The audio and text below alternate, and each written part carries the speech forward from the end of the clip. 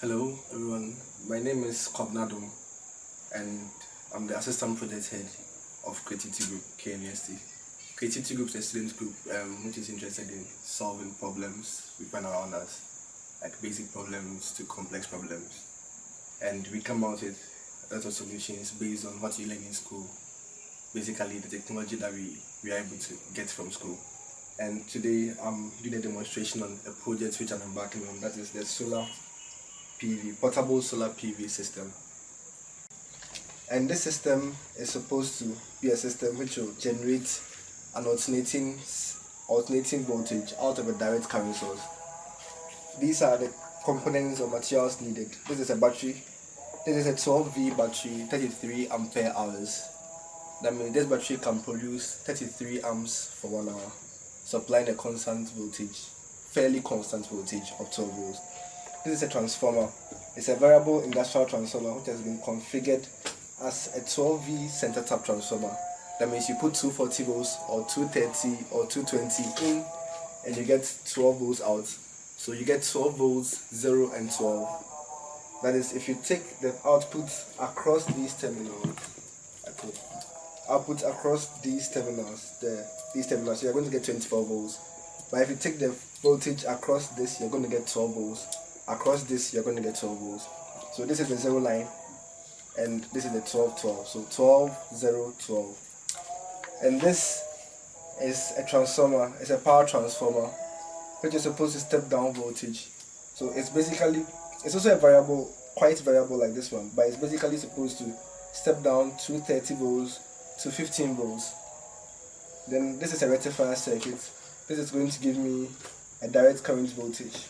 But due to the presence of this capacitor, I'm going to get something like 18 volts out of this thing. This is a resistor. It's a 40 watts, 4 ohm, 40 watts resistor. This resistor can handle a lot of current. It can dissipate a lot of current as heat. It's basically used as a shunting resistor. It will be used in a solar panel controller system for the portable solar PV system. This is a double-sided copper board, and it is used to develop your PCBs. You make a PCB, that is a printed circuit board on this thing, and this is what comes out, something like this. This is a prototype power inverter, Creativity Group KNUST showing. We had to etch all this off. We couldn't find a single-sided PCB, so we had to etch all this off.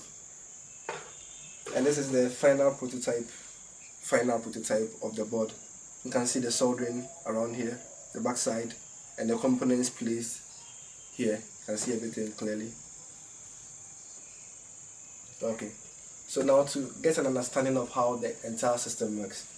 The whole system, the system is generated out of a problem. What's the problem? The problem is that in Africa, not everybody has access to electricity. Not everybody has access to electricity, especially in the rural areas. There are places where they are not connected to the grid. They don't get any power from the grid. These places are our concern. We hope to extend the service to them by making a microgrid which will generate power for them in their homes, so that they'll be able to acquire utility power supply, 220 volts, 240, thereabout, alternating current, 50 Hz, in order to run almost every appliance, which will only be limited by the battery capacity that they have. That will be their only limitation. So basically they can do almost everything.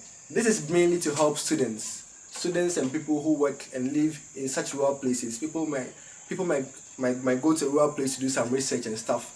They will need to use computers. Computers run on AC.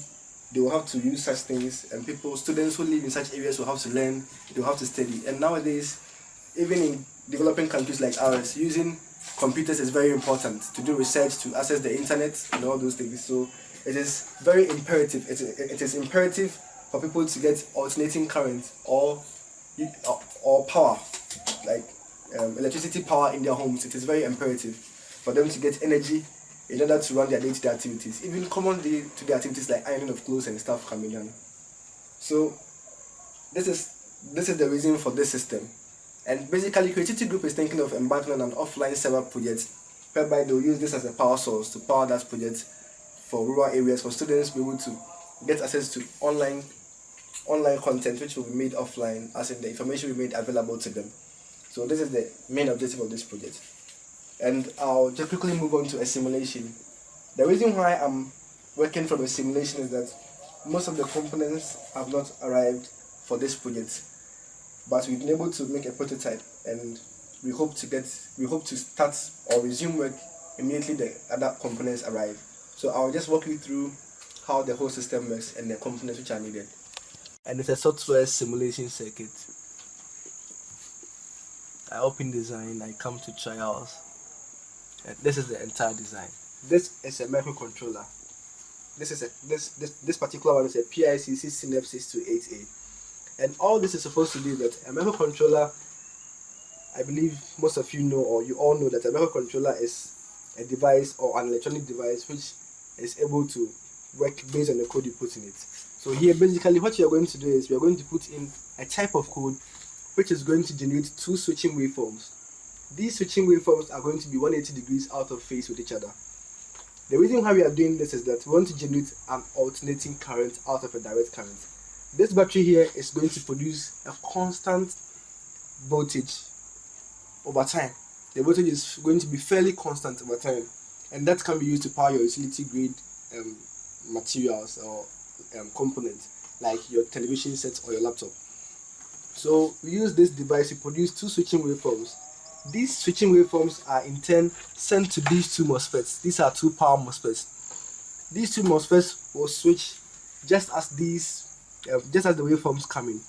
The waveforms are made to be of varying duty cycle. So the waveforms have varying duty cycle. By varying the duty cycle, we are able to simulate a sine wave.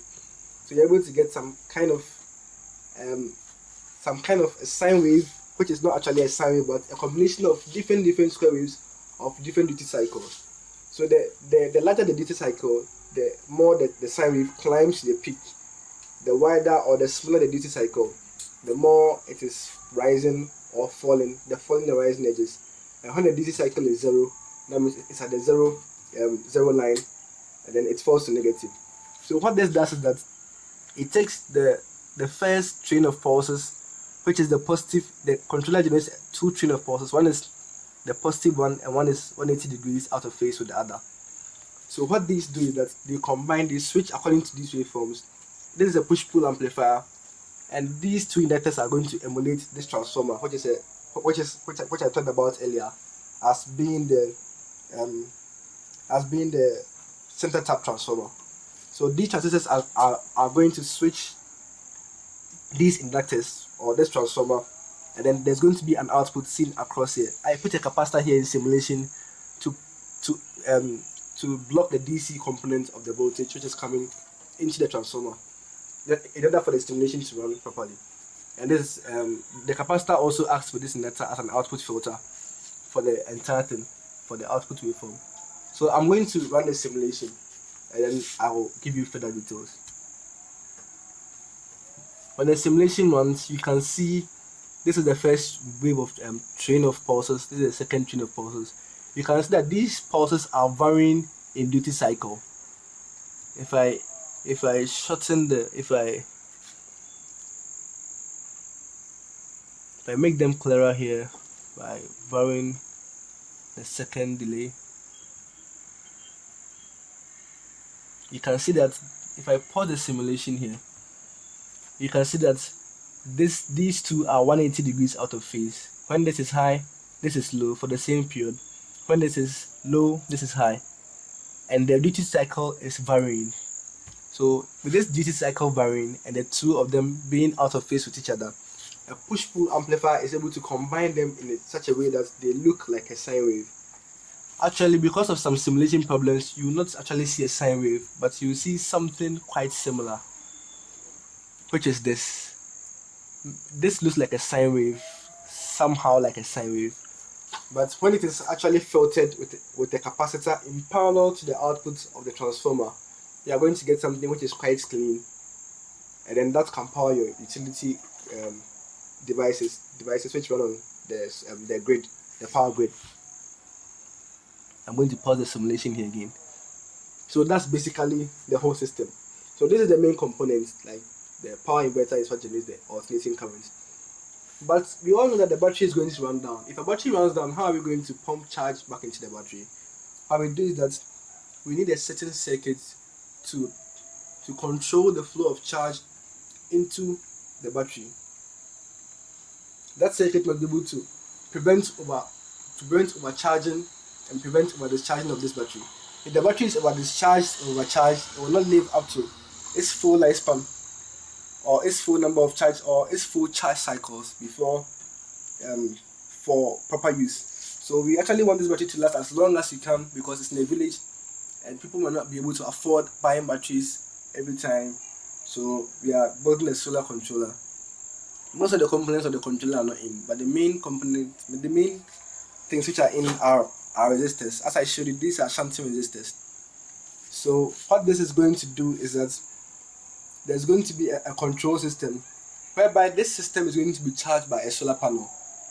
So when the battery is fully charged, that system will sense it by means of a comparator and using a reference voltage.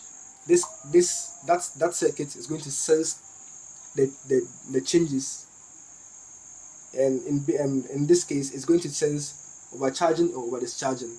If it senses overcharging, it is going to shunt the panel to ground through some switching transistors. We don't want our transistors to blow up, because those transistors cannot handle the amount of power that the solar panel will be generating in case of a very sunny day. So we use these resistors, put them there, and these resistors are going to absorb most of the power and dissipate that power as heat. So that power will not come into the battery and it will not overcharge the battery. And when the battery is about to be over discharged, the comparator will sense it and will shut off the load and will start charging. So it will switch off these shunt resistors, which will not more sink any current to ground and dissipate heat, but then that current is going to be pushed into the battery, and there's going to be a diode, a large current diode, a 10 amp diode. What that diode is going to do is that the diode is going to prevent this system from producing back voltage to the panel. So the voltage here must never move in the opposite direction, it must always receive. So with a diode always placed in reverse bias to the output, nothing is ever going to leave this place. The only thing what is going to happen is that voltage will come here, but no voltage ever gets to the panel, in order not to waste the energy of the battery. So this is basically the system, and this is a prototype board as I showed earlier, which has been etched here in TTI, and the holes drilled and everything. This contains everything. This is the part for the microcontroller, power transistor, switching MOSFETs and all that. So this system has been built as a prototype, and we are going to test the system, and we are going to make sure that this system works and is fully functional. So we really thank you for giving us these components and materials and the opportunity to work in the Fab Lab, since it's actually open to all Ghanaians as a community laboratory. We thank the people at MIT for giving us this privilege to be able to build this system, and we really hope that this system will serve its purpose, so that people living in the rural areas will be able to get energy to run their appliances, everything that they want to run, and that children or students schooling in rural areas will be able to get power to study and do research. Thank you very much.